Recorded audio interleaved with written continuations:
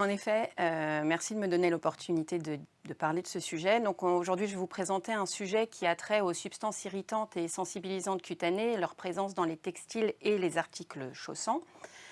Donc c'est un sujet qui est arrivé à l'ANSES en 2014 sur demande de la Direction générale de la santé et sur demande de la Direction générale de la concurrence et de la répression des fraudes. Plusieurs questions ont été posées dans ce sujet. Aujourd'hui, j'aborderai deux questions particulières et principales.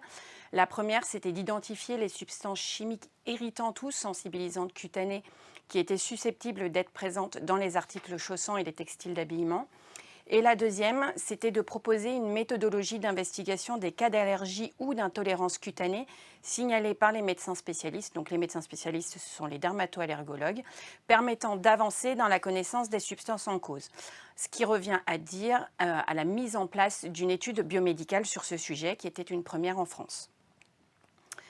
Donc, en premier lieu, je vais parler aujourd'hui de l'identification des substances chimiques irritantes ou sensibilisantes cutanées, susceptibles d'être présentes dans les articles chaussants et les textiles d'habillement, et les essais sur les articles neufs que nous avons menés. Alors, pour ce faire, nous avons travaillé à l'ANSES avec des experts pour bâtir des listes de substances chimiques, comprenant ou des substances et ou des familles, spécialisées dans les textiles ou dans les articles chaussants. Donc vous pouvez les voir à l'écran ici. Donc pour les chaussants, nous avons retenu les métaux lourds, les colorants allergènes, l'acétophénonazine, les marqueurs de la colophane. Je ne vais pas tous vous les lister. Pour les textiles, vous pouvez voir qu'on a retenu notamment les hydrocarbures aromatiques polycycliques, les colorants, le formaldéhyde, des amines aromatiques, etc. Nous avons travaillé avec deux laboratoires d'essais reconnus en France, un spécialisé dans les articles chaussants, un spécialisé dans les articles textiles. Et nous avons analysé 25 articles textiles neufs et 14 chaussures. L'objectif n'étant pas d'analyser tout ce qui était sur le marché, mais de tester la véracité de la liste des substances que nous avions émises pour les chaussants et les articles textiles. Pour ce qui a trait des articles textiles, vous avez la possibilité de voir un petit peu des exemples d'articles que l'on a testés. On a choisi de tester des vêtements de sport, des sous-vêtements et des bas spécifiques qui sont en contact rapproché avec la peau ou qui sont utilisés dans des conditions où la personne va transpirer, notamment les vêtements de sport, et qui donc ont plus d'intérêt dans le cas de notre problématique puisqu'on est sur de la sensibilisation cutanée. Donc, ces essais ont eu lieu et vous avez à l'écran les résultats de ces différents essais. Donc, vous pouvez voir que sur les articles textiles, nous n'avons retrouvé qu'un seul colorant, malgré le fait que l'on ait testé tout un grand panel de colorants.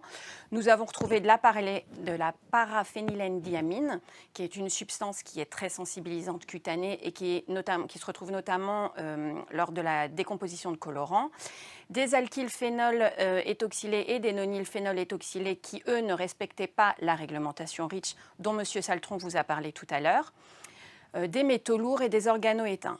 Pour les articles chaussants, nous avons trouvé du cuir, du chrome 6 dans toutes les parties en cuir, mais qui respectaient la réglementation REACH, c'est-à-dire que le chrome 6 était à des teneurs inférieures à 3 mg/kg.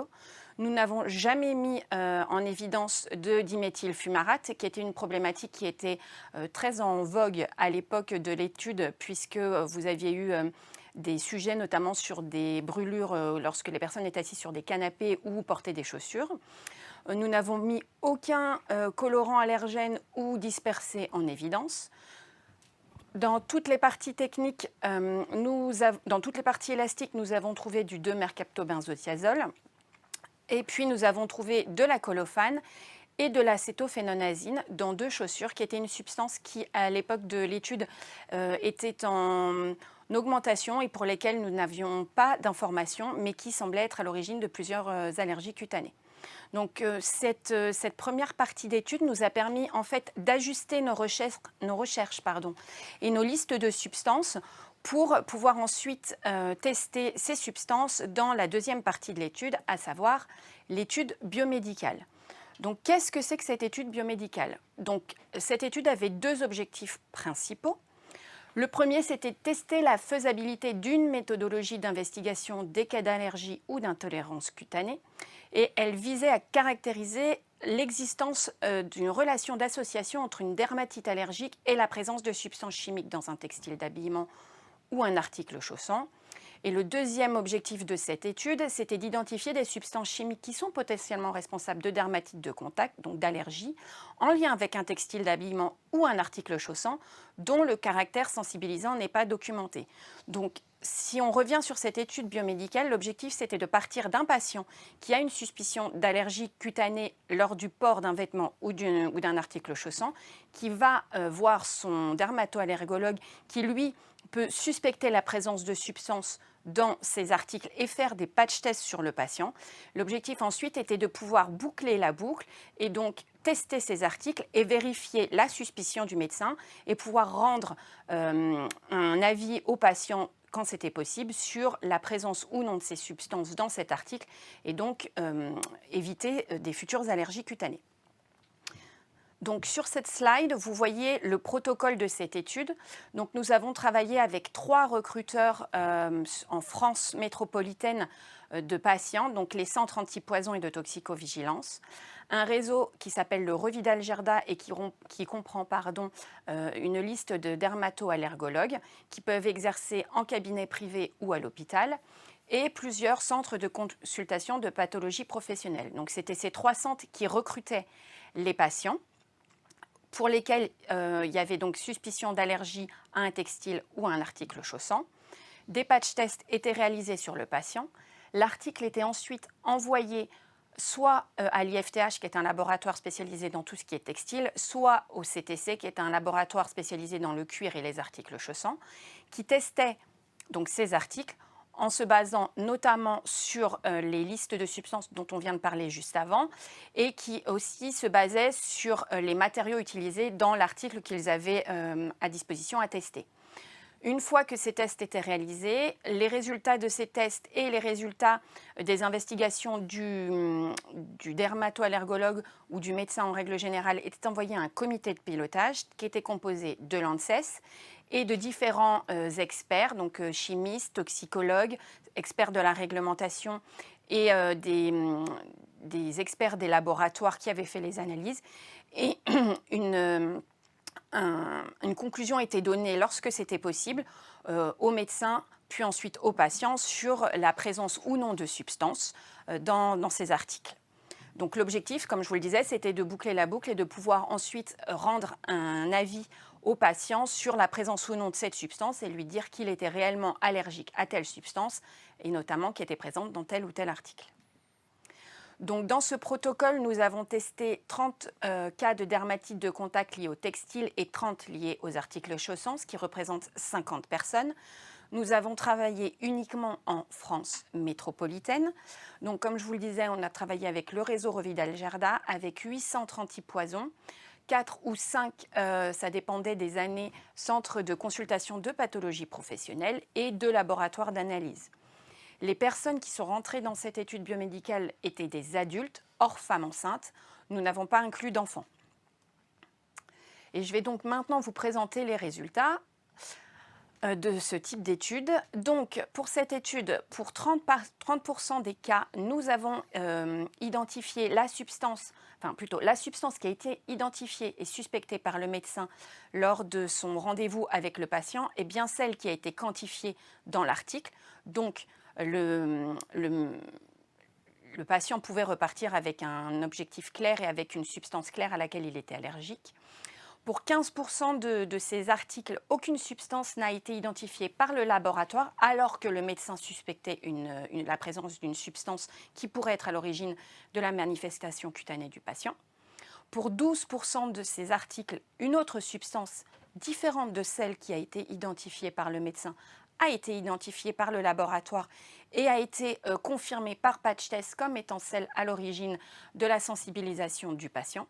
Et pour 43% des articles, nous n'avons pas pu conclure, le COPIL n'a pas pu conclure pour plein de de raisons différentes, notamment des contaminations, puisqu'il ne faut pas oublier qu'on ne travaille pas avec des articles neufs, mais avec des articles qui ont été portés, ou parce que le patient met des cosmétiques et donc ça peut contaminer l'article, ou pour tout un autre type de raison. Donc vous avez dans le deuxième encart de cette slide la présence des substances qui ont été identifiées comme étant à l'origine de l'irritation ou de l'allergie du patient. Donc vous pouvez voir qu'on retrouve des métaux tels que le nickel ou le chrome 6, la colophane qui se retrouve notamment dans des cols, le benzoate de benzyle dans les teintures, la benzidine qui est une substance qui est cancérigène, et 3 colorants, donc les disperses orange, rouge et bleu, et une résine 4-terbutylphénol paraformaldéhyde. Plusieurs substances ont potentiellement été identifiées, telles que des biocides, des mercaptobenzothiazoles, des thurames, des métabisulfites de sodium, des formaldéhydes ou des composés de la famille de l'urée. Donc pour conclure cette étude biomédicale, plusieurs bénéfices sanitaires ont pu être tirés de ce type d'études, notamment en premier lieu pour le patient, ce qui a permis d'identifier la cause précise de l'irritation, de la sensibilisation cutanée et donc d'éviter à celui-ci une nouvelle récidive des lésions. On a pu également mettre en évidence l'inadéquation de certains seuils réglementaires. En effet, certaines substances sensibilisantes cutanées sont déjà réglementées, telles que le chrome 6. Malgré tout, même si cette substance pouvait être retrouvée dans des articles et en respectant la réglementation, elle était malgré tout à l'origine de la sensibilisation ou de l'irritation du patient. Et ce type d'information a été un élément clé pour la mise en place d'une restriction selon le règlement REACH sur les substances sensibilisantes cutanées dans les textiles, les cuirs, les fourrures et les peaux. Et enfin, dans certains cas, nous avons pu faire des signalements d'articles non conformes à la réglementation en vigueur auprès de la DGCCRF quand des taux de substances avaient été mis en évidence ne respectant pas la réglementation. Malgré tous ces bénéfices, certaines difficultés ont été remarquées lors de cette étude. Ne pas oublier que c'était la première fois qu'une telle étude était mise en place. Donc nous avons mis en évidence la difficulté pour certains cas, comme je vous le disais tout à l'heure, de poser un diagnostic pour les médecins des lésions cutanées allergiques liées à un textile ou un article chaussant, puisqu'on travaillait avec des articles qui avaient déjà été portés et qui pouvaient être contaminés, puisqu'on a eu des articles provenant de consommateurs, mais également pour certains professionnels. On a également mis en place la difficulté liée au coût d'analyse, qui était un frein notamment au développement de nouvelles méthodes analytiques pour détecter ou quantifier de nouvelles substances qui pouvaient être potentiellement sensibilisantes ou irritantes cutanées. Et enfin, nous avions parfois des difficultés à convaincre certains patients à participer à l'étude, puisqu'il fallait que le patient donne l'article suspecté, incriminé, sans rétribution financière, ou alors on avait aussi des difficultés de disponibilité du patient. Malgré tout, l'ANSES, avec toutes les informations qu'elle a pu recueillir dans cette étude, a fait des recommandations, puisque comme disait M. Saltron, en France, vous avez la différenciation entre l'évaluation et la gestion. Et à la suite de cette étude, l'ANSES a émis un rapport et a émis plusieurs recommandations. Donc je conclurai sur cette dernière slide. Donc pour cette étude biomédicale, l'ANSES a recommandé la construction d'une proposition de restriction REACH relative aux substances sensibilisantes cutanées dans les textiles, cuirs, fourrures et peaux, ce qui a été suivi des faits puisqu'elle a été validée au niveau de l'Agence européenne des produits chimiques et est en attente actuellement de la mise en place par la Commission européenne. On a également mis une deuxième recommandation, à savoir le soutien de la nécessité d'une meilleure prise en charge initiale du patient avec un recours rapide aux spécialistes, notamment un recours en termes de délai aux médecins allergologues, grâce à une optimisation de la couverture territoriale de cette étude biomédicale. Et enfin, on a recommandé la mise en place d'un réseau sentinelle de dermato-allergologues auquel les patients pourraient être adressés pour avoir un diagnostic plus précis. Et je m'arrêterai là pour ma présentation.